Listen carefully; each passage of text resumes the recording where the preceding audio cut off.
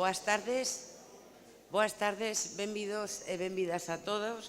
Si sempre é unha alegría para nós inaugurar unha exposición, a de hoxe comprácenos moi especialmente porque dedicamos esta mostra á celebración do centenario da Sociedade Coral Polifónica de Pontevedra.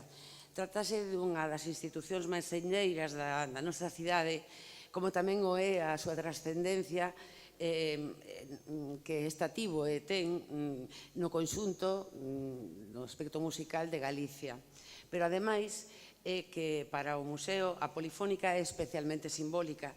En realidade, é case como unha sorte de irmá maior, xa que creada en febreiro de 1925, só 2 anos antes que a nós, ambas nacemos do mesmo berce, froito do interese por reivindicar a identidade galega a través das manifestacións culturais. E foi impulsada polos mesmos personaxes, pois nomes como de Antón Losada Diéguez, Castelao ou Iglesias Vilarelle aparecen unidos aos dous centros. Tamén os de Xosé Filgueira Valverde e Xosé Carlos Valle Pérez, xa que ambos os dous, ademais de dirixir durante moitos anos o museo, ostentaron a presidencia da Polifónica. Carlos Valle, que a preside na actualidade, é ademais o comisario desta mostra dedicada ao seu centenario. E para o museo isto constitúe un motivo máis de satisfacción, pois nos brinda a saudosa oportunidade de poder volver a compartir traballo con quen nos dirixiu durante 32 anos. Nadie mellor que el para comisariar o centenario, e así o demostra, como verán, a rigurosa selección de documentos, programas, de concertos, fotografías, discos ou obxetos cos que nos ilustra sobre os fitos esenciais da intensa historia da polifónica. Na exposición fíxose tamén unha sección dedicada ás escenografías creadas por Castelao para a coral. Son un magnífico conxunto de panos que o artista deseña e pinta en 1926 e 1934 e dos que en depósito da Sociedade Coral Polifónica se conservan 8 aquí no museo. Nos mostraremos na exposición as reproduccións de 5 deles, copias de aproximadamente o 50% do seu tamaño real, xa que por esas dimensións é imposible exhibir os orixinais. Tamén expoñemos o pano romería, este sí orixinal, que seguindo un deseño de Castelao que non chegou a pintar, se encargou con motivo do centenario de Castelao, do centenario do nacemento, que o fixo a escenografía Germán Salvador de Barcelona en 1986 e que se exhibiu na exposición que neste museo se fixo na celebración desa efeméride. Só me resta, antes de darlle a palabra a Carlos Valle, felicitar dun xeito moi especial a todos os cantores da Polifónica, aos actuais e tamén o recordo de todos aqueles que formaron parte dela, dos que ainda viven, pero tamén dos que xa non están, entre os que poderíamos destacar, por exemplo, personalidades tan importantes como Alexandre Bóveda, como a súa dona Amalia Álvarez ou Gonzalo Gadrio ou tantos outros. E tamén agradecer o esforzo do seu presidente e de toda a xunta directiva polo traballo que fixeron posible a materialización desta mostra. Igualmente, o excelente traballo de todo o equipo humano do museo, persoas como Fátima Cobo, como Eva Pena, Erea Castro ou Carlos Calvo, pola súa implicación nesta mostra e polo seu sempre comprometido traballo co museo. Moitísimas grazas a todos.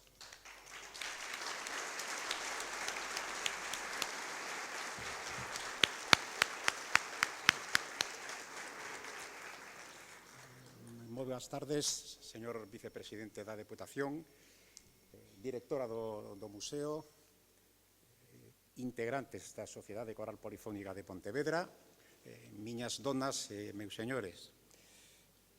Para min, este acto ten unha significación moi especial que vai moito máis alá da intervención nun acto público. É como recuperar raíces, é como volver a un pasado convertido en presente mercé a un feito que permite poñer a Pontevedra no panorama de hai 100 anos, cando esta cidade era un faro, era un referente para todo o que en materia cultural e tamén en materia económica se estaba desenvolvendo aquí, no cadrante noroccidental da Península Ibérica. Pensemos que en paralelo coa creación do museo puxéronse en marcha institucións un poquinho antes, como a Misión Biolóxica de Galicia, esencial nun territorio onde o sector primario tiña e ten un enorme protagonismo. Tamén a Caixa de Aforros provincial. Non se entende un país sen diñeiro, sen cartos, sen que exista unha institución que se ocupe deses fundamentos. O Museo Continuador da Sociedade Arqueolóxica de Pontevedra ven ser como a guinda que coroa ese pastel.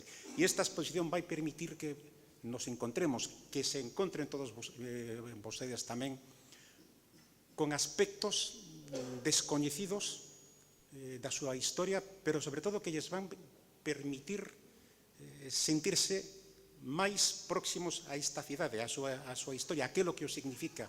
Porque un se pregunta moitas veces como, ubicado no extremo occidental, non da Península Ibérica, senón de Europa, podían estar tan ben informados de todo o que estaba acontecendo no territorio europeo.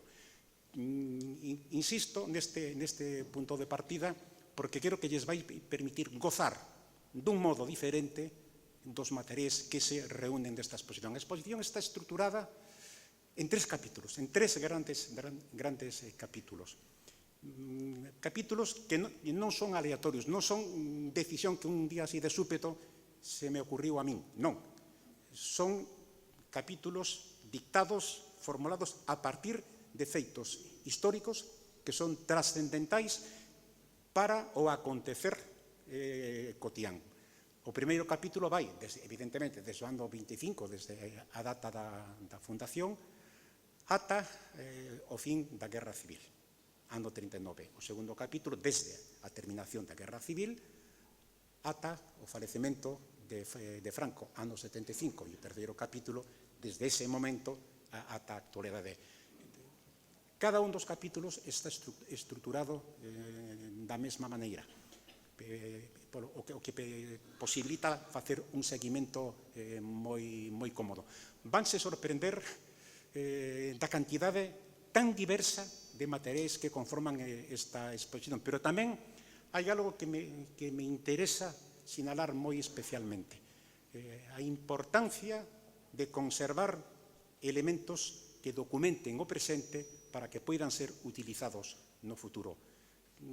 A práctica totalidade desta exposición está feita, por un lado, a partir de materiais da propia, que menos, Sociedade Coral Polifónica, pero hai despois arquivos neste museo, Sánchez Cantón, Iglesias Vilarelle, unha figura que Pontevedra, que Galicia, que a Península Ibérica, se me apuran, son de Pontevedra, non son de Bilbao, se me apuran, Europa debe reivindicar unha figura como Antonio Iglesias Vilarelle, que legou todo o seu o resultado da súa vida profesional e privada ao Museo de Pontevedra, o que posibilita achegarse a aspectos insospeitados dese pasado. Remato pedíndolles eso, que vexan con calma a exposición, que non teñan reparos en volver unha e outra vez, porque hai moito material moitas veces de pouca envergadura, pero que convén deterse porque non sobra nada do que está nas vitrinas. Estou convencido de que aqueles que non coñezan ben, ou simplemente que non coñezan o pasado de Pontevedra, sairán a partir da reflexión que propicia unha coral que cumple 100 anos, a partir desa reflexión sentirán máis aprecio por esta cidade que farán os que aínda non a consideren como tal, que farán como cidade súa. Moitísimas grazas e tamén remato con meu agradecemento a todo o equipo da Polifónica que me serviu de apoio durante os meses, incluso anos nos que estivemos traballando para programar, para materializar o que parecía un soño e finalmente realidade. Moitísimas grazas.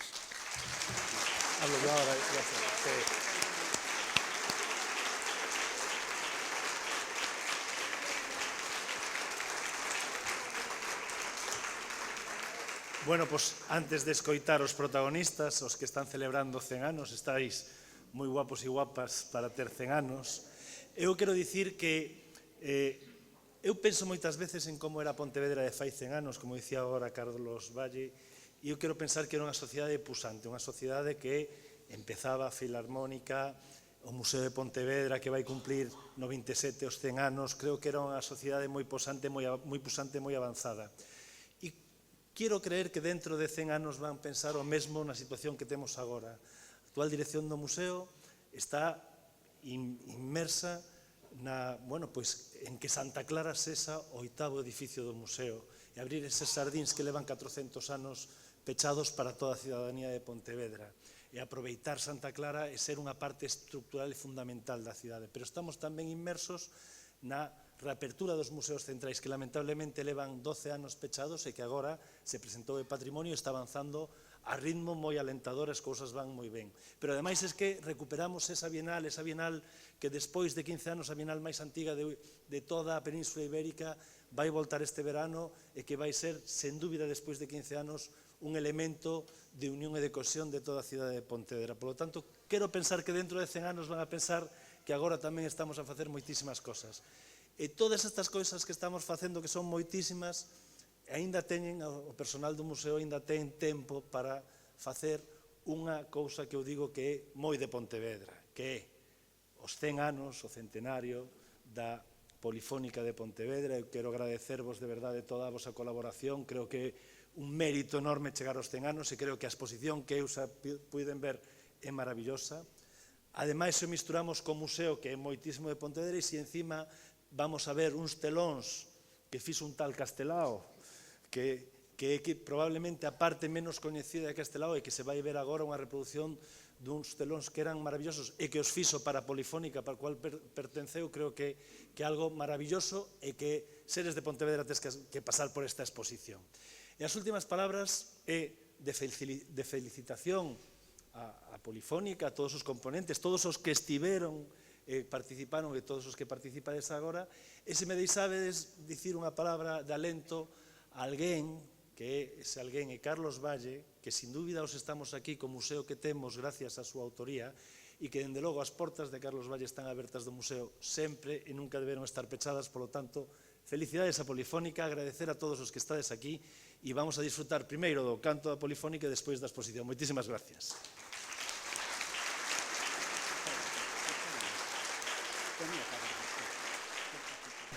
Antes de comenzar a visita, que será en un par de minutos, quiero dar tres datos que sirvan para contextualizar mellor o que é a coral e o que é a exposición.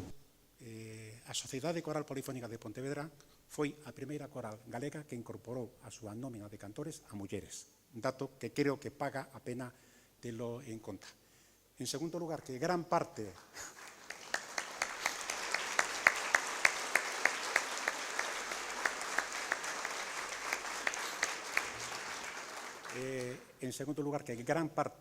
do repertorio habitual da Polifónica e da autoría dos seus directores. Acabamos de escoitar Se vas a San Benitiño. Creo que calquera pontevedrés, case me atrevo a dicir que calquera galego sabe que San Benitiño de Lérida está en Pontevedra. Bueno, pois a armonización desta obra é froito da capacidade do primeiro director da Sociedade Coral Polifónica, Antonio Blanco Porto.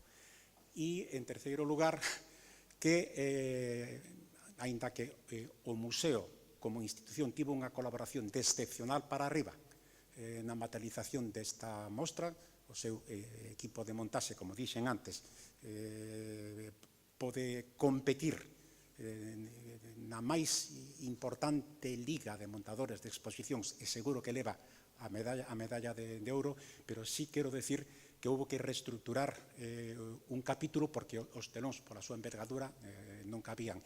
E ese capítulo, a súa reestructuración, é froito do traballo da directora do museo, Ángel Stilbe. Non a citei antes, pero agora sí que o cito. Ia a facelo na sala, pero creo que é mellor que o diga aquí públicamente para que reciba o aplauso de todos os que...